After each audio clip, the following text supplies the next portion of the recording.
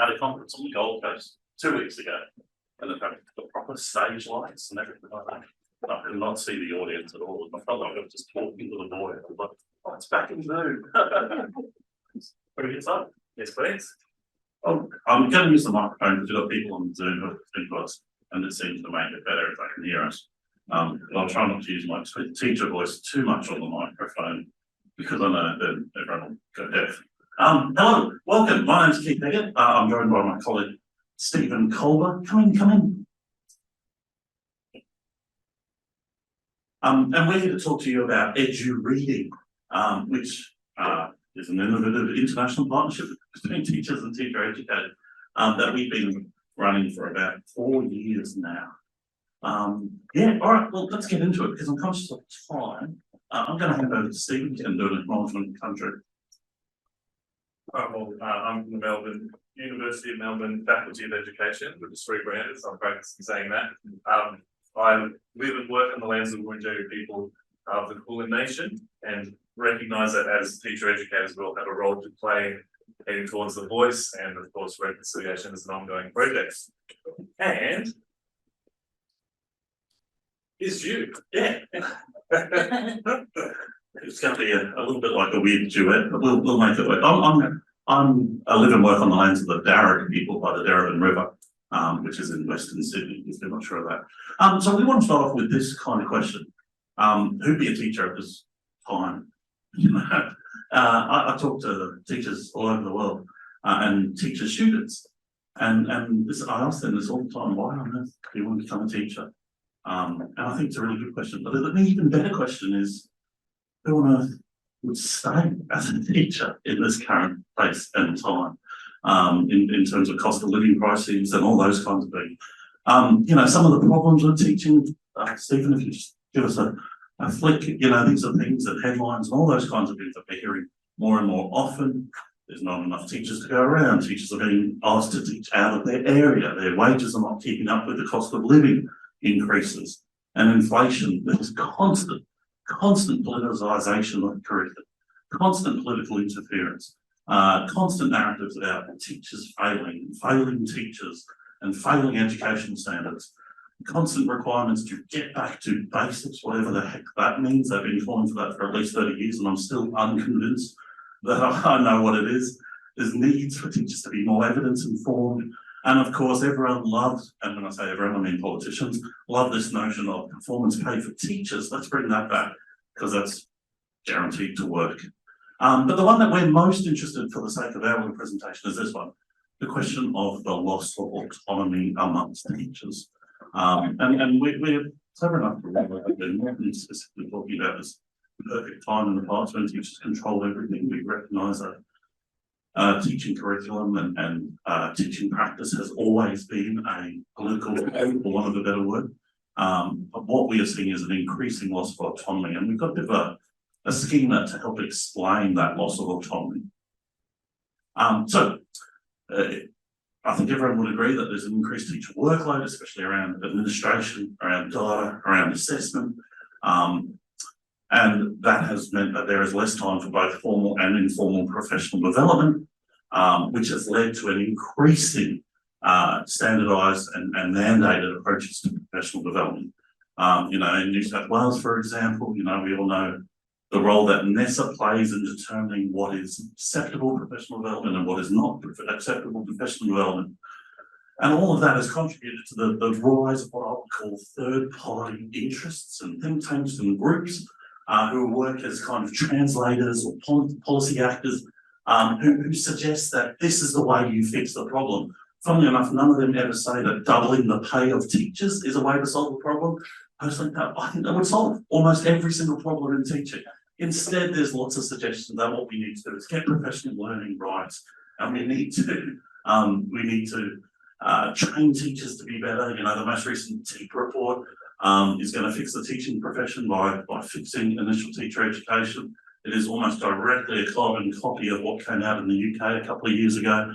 And that leads to what Stephen and I are deeply concerned about, which is this loss of professional autonomy. The profession is no longer I don't think it ever was in the control of the teachers or teacher educators, but increasingly teachers and teacher educators are becoming even more marginalised from their role as teachers and their profession.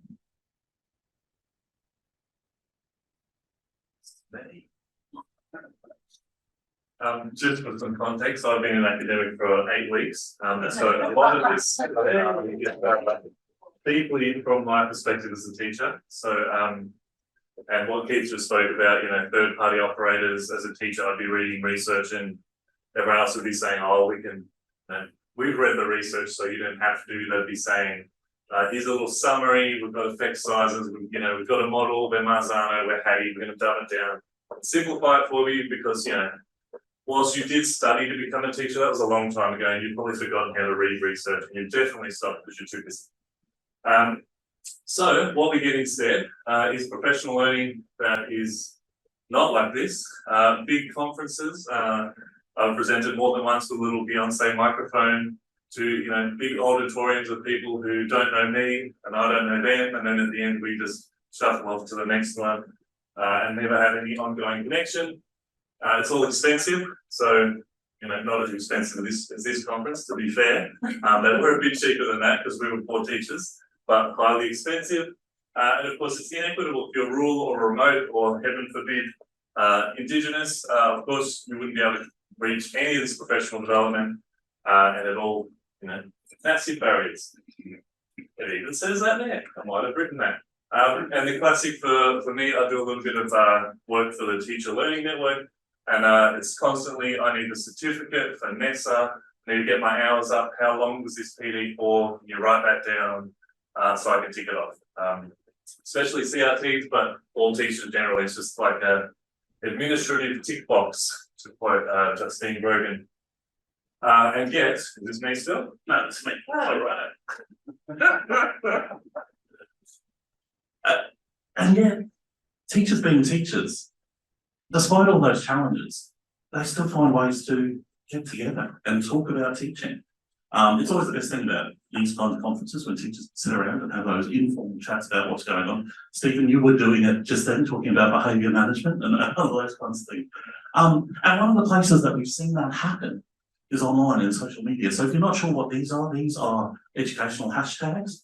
Aussie Ed is a very well-known one.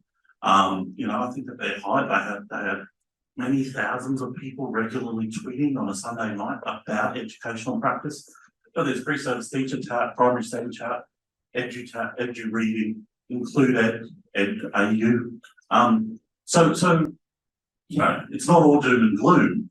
And I think the question of how teachers negotiate the challenges they're facing is a really interesting one. Part of our research is, of course, about how teachers find their place online, how they become leaders, because if you, each of these hashtags, you might think it's just someone sitting there tweeting. Each one will have a group of 10 that's very much like an AGM, very much like a steering committee, you know, deciding the topics, meeting at the start of the year, or, you know, the trends in education are heading in this direction, so we should really talk to this expert, and kind of, they're doing all the things that a professional association is doing, but for free and in an online space. Bernadette Mercicia, who I still don't know how to pronounce her name, even though I've talked to her many, many times. She featured me in this book back in 2021, and I got her to bring it into me just last week. And these are all these hashtags. She was basically saying, here are all these amazing hashtags, communities of practice, professional learning communities, doing a lot of Wenger and Wenger trainer type stuff. And then so I was flipping through it again just for in preparation for this. And of those, the one that I run, and she admitted, I think in the book it says like, this is new, but it could be all right. Basically, it was her synthesis. But as a result of the post-COVID letdown, basically they've all stopped. They're still used in a passive sense, like, you know, you might say, I read an article, hashtag Aussie Ed, but in terms of an actual learning community ongoing, we have chats, we have discussions. Edu reading, for whatever reason, is the only one left. And obviously, you know, Twitter's the slow, painful death is a small part of that, but the main thing is, I believe, is COVID. Teachers learned what flexible work was, and then school said, and now we go back to school and the flexibility is all gone. And teachers as a whole, feeling a strong sense of ennui, and just pain, going back, to be honest. So back in 2018, September 18th, I said, all right, here's my pitch, academic reading room type thing, but without the academics. Obviously that didn't work out very well for me. I said, we'll read one academic article a month, but maybe not Christmas, maybe food learning related, which was a thing back then, it's very much not anymore. Then we have a Skype, remember Skype? So you can tell how dated it was. And then 28,000 people, 100 odd people liked it, etc. And that gave me enough impetus to think there might be something here. And 5 years later, I would say that that's true. Straight after I posted this, I think Kelly McGraw said, why exclude academics? And I thought, yeah, that's fair call, fair crack. But it was basically very much a teacher thing. Let's take research back from, well, me, us, us as a collective. Because too often in schools, research is something that you stand at the front of the school, you say, I'm a principal. The research says we need to fill in the blanks. Whatever you think, you just pretend that John Hattie said it, maybe put up a graph or two, and every teacher just goes, well, I haven't read the research, so probably, they're probably telling the truth. And so it was very much an active, we're going to try and take that back from academics, which of course is a little bit ironic at this point, but here we are. So since then, pardon me, since then it's been going for a long time. I'm going a little bit. Good. So basically we're on Twitter. We use something called Flip, which used to be called Flipgrid. You post short little videos. So I'll write 3 prompts, not 3 questions, but 3 prompts based on an academic article that sort of suits international teaching broadly.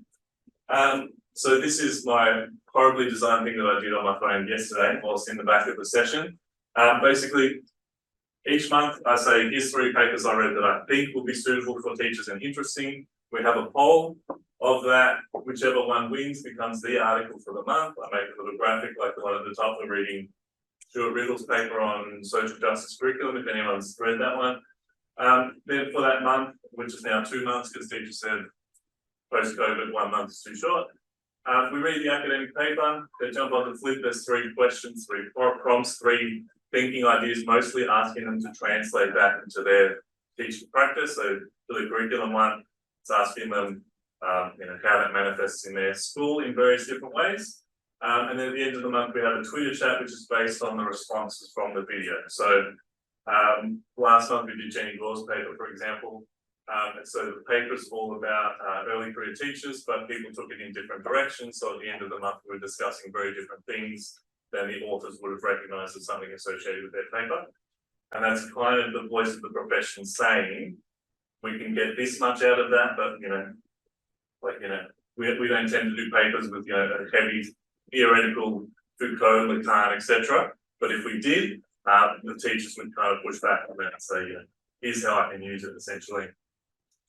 At one point we used Kami, which is probably like perusal, to sort of annotate and write comments and do all that sort of fiery stuff. And at one point we used Twitter Spaces, which is an audio discussion, but we've since abandoned that, and now we're doing a book club. So basically we'll meet once a month and talk about what we've been reading and link that to our teaching work. And there's a very elite little direct message group for the people that have actually contributed regularly, where more of the off-record conversations are sort of happening. And because it's partnership, teachers, teacher educators, early career teachers, there's a lot of that informal, the TEEP report has been mentioned regularly for the last couple of weeks, especially by early career teachers who are sort of like, what does this mean? Is this going to change everything? And then the old heads say, nothing changes, don't worry, it'll be fine, essentially. Keith, you want to talk to this one? That's just a better than me. Social network analysis chart just showing all of the participants over a certain period of time. The thickness of the bars show the strength of the connections and the retweets and all those kinds of stuff. This is how we identify the power users for our research. And the thickest purple line is me and my second account just retweeting each other. you gotta hustle, So basically, in our previous research, we've conceptualized this as a democratic fora, a third space somewhere between research and practice. That's the whole thing we're trying to do, bridge the divide, of course. But in doing so, we create sort of a little safe space for teachers to kind of dabble in both. So over the last 5 years, we've had people come and go, of course. And often it's people saying like, if I'm thinking of doing a master's, so I'll join your group for a couple of months and then they go off and do their master's, or they disappear to do their PhD. So it's all that kind of sort of invisible mentoring work that happens. Another previous paper, basically the 5 features that we found were: it's accessible, costs no money, it's free, you just need to relatively tap into social media and know how the platforms work. Rigor and depth, so Twitter chats are not uncommon. But as a general rule, the kind of thing that you do in a normal Twitter chat is say relationships are important, and then everyone says, yay, congratulations. Whereas ours tend to be more like, we discussed the role of humor in the classroom, and some people said self-deprecating is okay, but outwards student humor isn't acceptable. So we like, quite nuanced sort of like we're talking about, the kind of behavior management tricks. We get quite granular and quite detailed rather than the broad, relationships are important kind of stuff. It's beyond cultural context, so as much as possible, we have people from all over the world, and that's part of it. So someone from a multi-academy trust participates regularly, someone from France. So we're like, oh, we can't do that. The Australian standards are XYZ, and then he says we don't have any standards, and they try to give us standards, we flip cars over and burn the place down. And so for us, like that's an important contribution. It's not just conferences like this where you meet someone from another country and they say, things are the same. Of course, it's collaborative, and we feel that teachers are actually creating knowledge. So they're not just reading research passively, they're speaking back to research. The one thing our group tends to agree on is that we all hate John Hattie. So that was sort of one of the forming ideas. So that's kind of gone slightly, but that's the kind of thing. Like, it's not just teachers saying we've read the research, thanks research, and saying not my favorite, and here's why. Okay, big study. Yeah, so this is our current study. That was what we've previously done, but we're particularly interested in how teachers construct their own identity, and crucially over time. There's been lots of studies on teachers as early career teachers or pre-service teachers and their identity, but we're more interested in how that changes over time. And we borrowed Nicole Mockler's idea of the personal, professional, and the political frames of the identity as they were mediated by social media and expressed in social media. So the kinds of questions we were interested in asking, and we undertook the social network analysis, like I said, and then 15 semi-structured interviews. We were curious about how teachers and teacher educators express their identity across different social media platforms. So there's plenty of studies about Twitter teachers and how the identity is expressed in one particular place. But what about on Twitter and on Flip and on Facebook and on LinkedIn? How does their identity change across those different platforms, if it does? And why does it change? So those were the kinds of questions we were trying to explore via the edge reading power users. And these are the kinds of things we found out. This is very early research, work in progress, but yeah, we've come up with some really interesting ideas. All right, here's where I become a teacher. Shall I read it out or can you read it yourself? I think you might be able to read it yourself. Okay.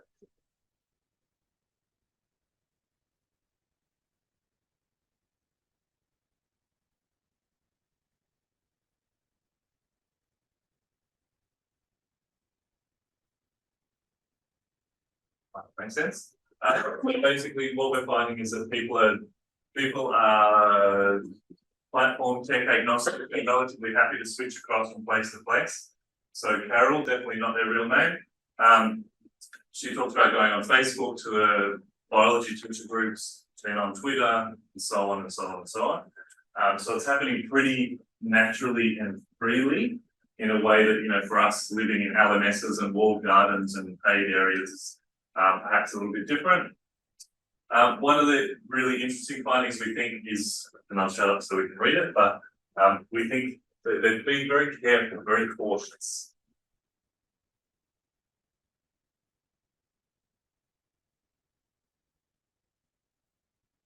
So, there are people, and as we'll get to, but there's different strategies to avoid, obviously, the role of teachers is quite low societally, status is low. And so as a result, there's a lot of things that they put in place to minimize risk. real source of tension.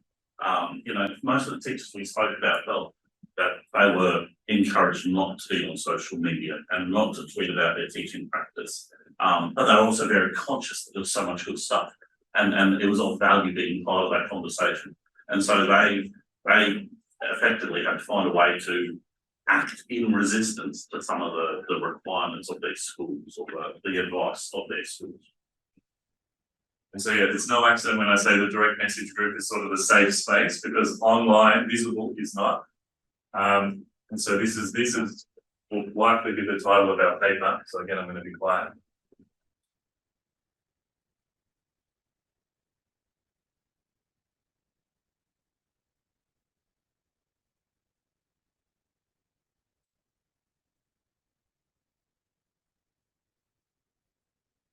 Okay, so as we said, we're talking the Cole-Mockler's model, personal, professional, political, without any prompting. This teacher has said that they are three separate people online. So what this literally means is professional Carol is one account, and then personal Carol is a separate account, and then political Carol is a separate account.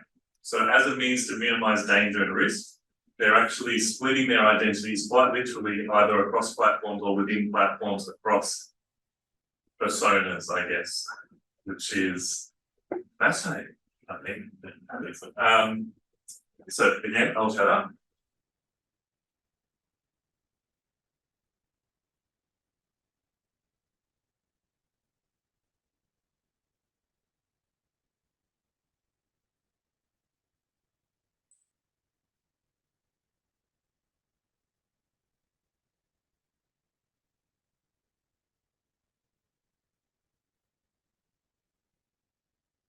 So again, very interesting.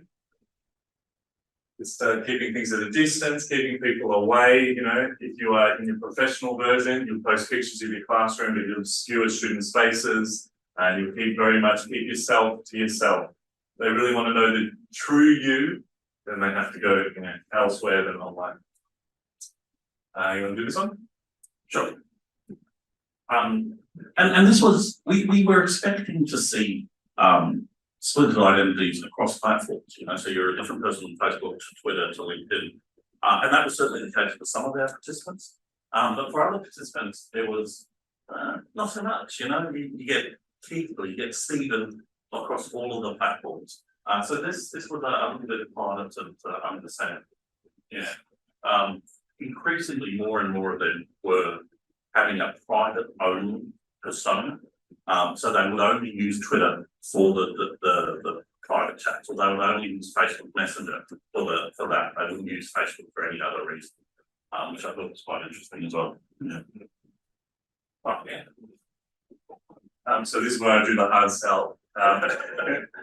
So as I said, last month was Jenny Gore's paper. So you can see between the 6th and the 11th of March, there were 32 tweets, which is your classic. We've written an article, and then your faculty retweets it, and then your colleague retweets it, and so on. And then on the 11th of March, EduReading began reading the article. So it went from 32 tweets when it was first published. Through our discussion, we generated 141 tweets. And so most of this little old metric is that something people care about. Most of the blue is us, and all the others, like obviously, it was a controversial paper in and of itself. But we did numbers, so to speak. So the question at this point is, do you have a paper that you think teachers need to read and will actually be practical and, you know, not overly long, etc. Like, we're not dumbing it down, but it needs to be accessible. Hit one of us up, and we'll try and get it in there. Obviously, in the early days, I'd just do it, and I'd, you know, use semi-illegal means to access articles, and I put it on my website. Now I'm doing it, you know, properly with correct attribution and all that stuff. As I become less and less radical in age, like we all do. So if anyone has anything that they'd like to contribute to or get involved with, that'd be good. And B, so we'll just give you away. We wrote a book too. This is an edited collection called Empowering Teachers and Democratising School Perspectives from Australia. Out now with spring.